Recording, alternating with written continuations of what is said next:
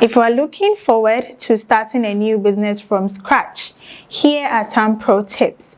Hello viewers, welcome to Startup Savvy with Prissy. Right here, we offer tips, advice, and resources from starting to running a successful business. So per our last session on how to start a new business from scratch, we looked at before you begin. And then we spoke about you identifying your passion, you doing a thorough market research, and also defining your niche. And then we also looked at if you don't know what business to venture into, what to do. And then we spoke about taking online quizzes, using career assessment tools, business idea generators. And we also went ahead to look at you networking with entrepreneurs, and also you exploring your skills, and finally you brainstorming on limited business ideas. So today we are looking at steps to begin a business. This aspect is very technical, and this is the main deal.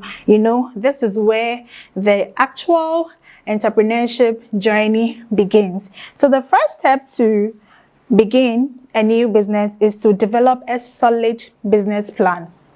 So your business plan should define your goals. So the goals and the aims you seek or you aspire to achieve should be included in the business plan, and also the products or services. What services are you seeking to render? What products are you going to sell? Are you going to manufacture those products, or are you going to produce those products?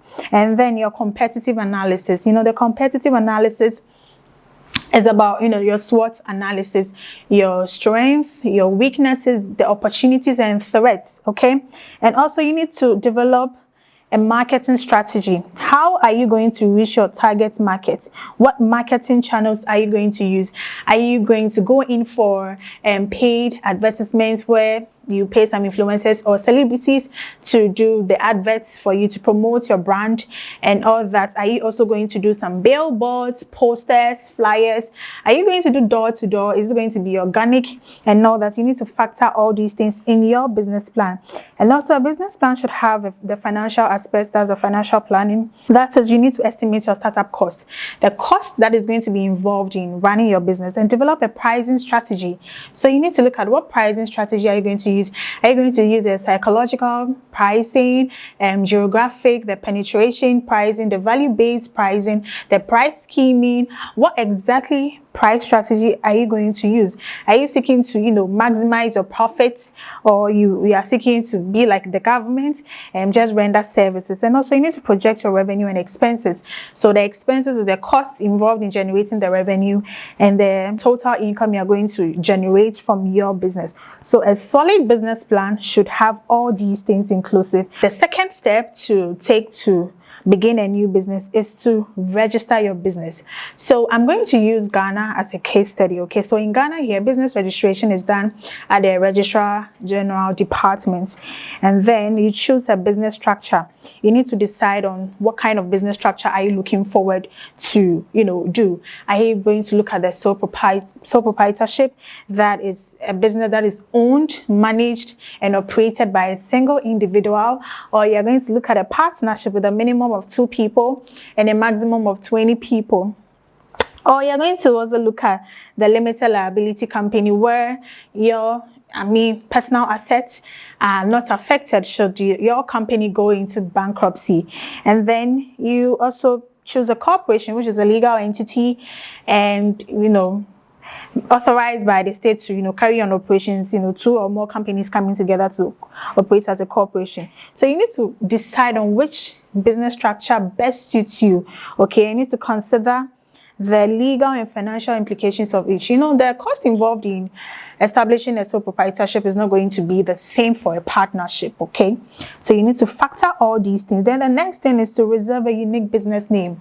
So your business name should stand out. It should be easy to remember. It should be easy to locate, and it should be easy to pronounce. Some of you all use very funny and interesting names, and it's quite difficult to remember. So you should have a business name that is unique, that is going to stand out. So this can be done on in person or online, and also ensure that the business name is not similar to existing company name. You should be different. Then you complete the registration by submitting the necessary forms, including the articles of incorporation and memorandum of association, and that of the company registration form, and proof of identity for directors and shareholders.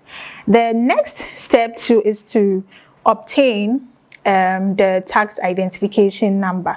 So you obtain this from the Ghana Revenue Authority, and this tax identification number is very important for tax purposes. I mean, you are running a business and you need to pay your taxes so that the government can use the taxes they take from you to, improve the living standards in the country. And the next thing you do is to register for value added tax with the same GRA if your business annual turnover exceeds 200,000. Most of the time, sole proprietorships and other businesses, unfortunately, they do not have an annual turnover of 200,000. But if you are, you should register for VAT. Then, if you plan to, employ workers, you also need to register with the Social Security and National Insurance Trust. This is for social security purposes, and it's very important. I mean, you cannot just employ people and don't register with the SNIT, and you have to obtain the necessary license and permits depending on your business type, especially in regulated industries. So if you are seeking to operate in the oil and gas industries, you need a permit and a license to be able to do that. And then final is to secure, under the step 2, is to secure funding. This is very important. I mean, you cannot run your business without money. You can't do it without the moolah.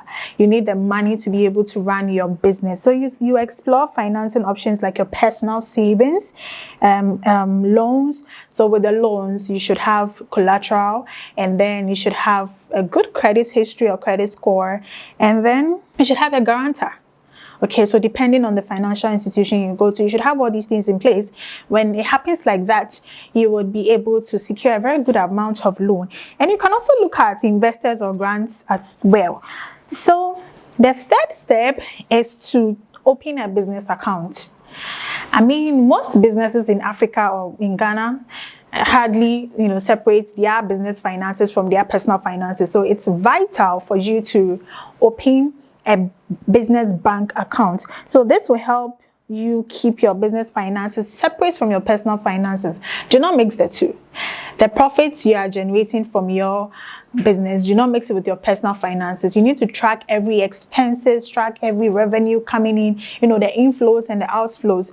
I mean, as a business owner or entrepreneur, you should have the basic bookkeeping or accounting principles. You need to have the bookkeeping skills to be able to track every single transaction that you do. And you need to consider insurance. I feel insurance is something that is not really paid attention to, especially in the context of Africa and in Ghana as a whole. Okay, you need to protect your business with appropriate insurance policies. You should insure your business. If possible, you insure your life, your education, your kids, your houses, your cars, and all that. Insurance is very important, and I feel more awareness should be put or created for insurance. So you protect your business with appropriate insurance policies such as the general liability insurance, commercial liability insurance, cyber insurance, business income insurance, and others. So depending on what best suits your business, you insure your business against it. And the final step to begin a business is the operations and growth. I mean, this is where the real deal is. This is where the main deal is. So you set up your business by securing a location. Secure a good location for your business. If you're able to secure the prime areas for your business, that's a plus. Most often than not, those prime areas are very expensive, and as a new business, I think you should consider the cost involved in everything like that. So secure a very good location, that is going to help your customers easily locate your businesses. You need to make sure that it's close to the market, coming there it's safe. You need to consider the security of your customers and yourself as well. Do not have your business located in the bush somewhere or located outskirts of town and all that, and then you purchase your equipment and establish your operations. Okay, you build your team. If you need to hire people, you hire people, partners and contractors as needed. And also make sure that while you are hiring the people, you need to, well, this is an added tip, you need to make sure that those people share your dream. When they share your dream, it makes things easier, and it makes things, possible to implement. And then market your business. So the beautiful marketing plan that you have in your business proposal, this is where you actually implement your marketing plan. How are you going to reach out to the customers? How are you going to build the brand awareness? Your brand is very important. Okay, building brand, and we can do the organic one by doing the brand awareness creation yourself, or you can get paid. You can pay influencers, celebrities and all that to market your brand. Okay, so yes, and then you need to provide excellent customer service. Focus on building your customer loyalty and retention. That is very important. Okay, your customers are the people that hold you down. So if you have a very bad customer service, imagine you have about 100 customers, and you tell your customers that if you don't purchase my product, another person is going to purchase, and you lose 70 customers. You have just 30 left, and the 70, your sales will go down, your sales will go low. And mind you, those 70 people going away are going to tell other people not to purchase from you because of how terrible your customer services are. So, later on, I would bring tips on how to, run or be an effective customer service and all that. And then you should also look at continuously evaluate and adapt. Okay, you need to analyze your performance, track how your business is doing. Are you making profits? Are you making losses? Most of the time, at the initial stages, you don't really make profits. You probably break even or make normal profits, but as the time goes by, you will be making some normal profits, abnormal, supernormal, and all that. Track your performance is very important. Okay, you can use some key performance indicators to track your performance, like the balanced scorecard and so on and so forth. You need to identify areas for improvement. Okay, and then you need to adapt your strategies as needed. If you need to change your strategies as time goes on, you have to change it. You don't need to be rigid as a business owner or entrepreneur. You need to be flexible. You should be able to adapt to new changes in the market, new changes in the global economic factors and all that. So I'm going to give you some additional tips. First of all, you need to start small. This is very important. Most people want to start very big when they venture into a new business, and it's not really done like that. You should start small and you progress as time goes by. So begin with the minimum viable products and iterate based on feedback. So you need to consider your customers' feedback. You need to factor those things in your decision making, in your planning and all that. And you should seek mentorship. If you realize that your business is going south or it's going north, or you are not doing well, you are failing, things are crumbling, it's making you go crazy, you should seek for mentorship. You should find experienced entrepreneurs who can offer guidance and support. Seek mentorship from people with expertise, with knowledge and skills. Some entrepreneurs, they talk too much, right? So if you go to them with your business issues, they will tell another people, probably they will tell your competitor. So you should be very careful who you tell your problems to, and then be adaptable. Be prepared to pivot your business strategies as you learn and grow. And these are some resources that are beneficial to your business, or that is going to be beneficial to your business. So the Small Business Administration, right? It's a government agency providing resources and support for small businesses. Make good use of these agencies. And the next thing is the business incubators, organization offering mentorship, funding, and networking opportunities.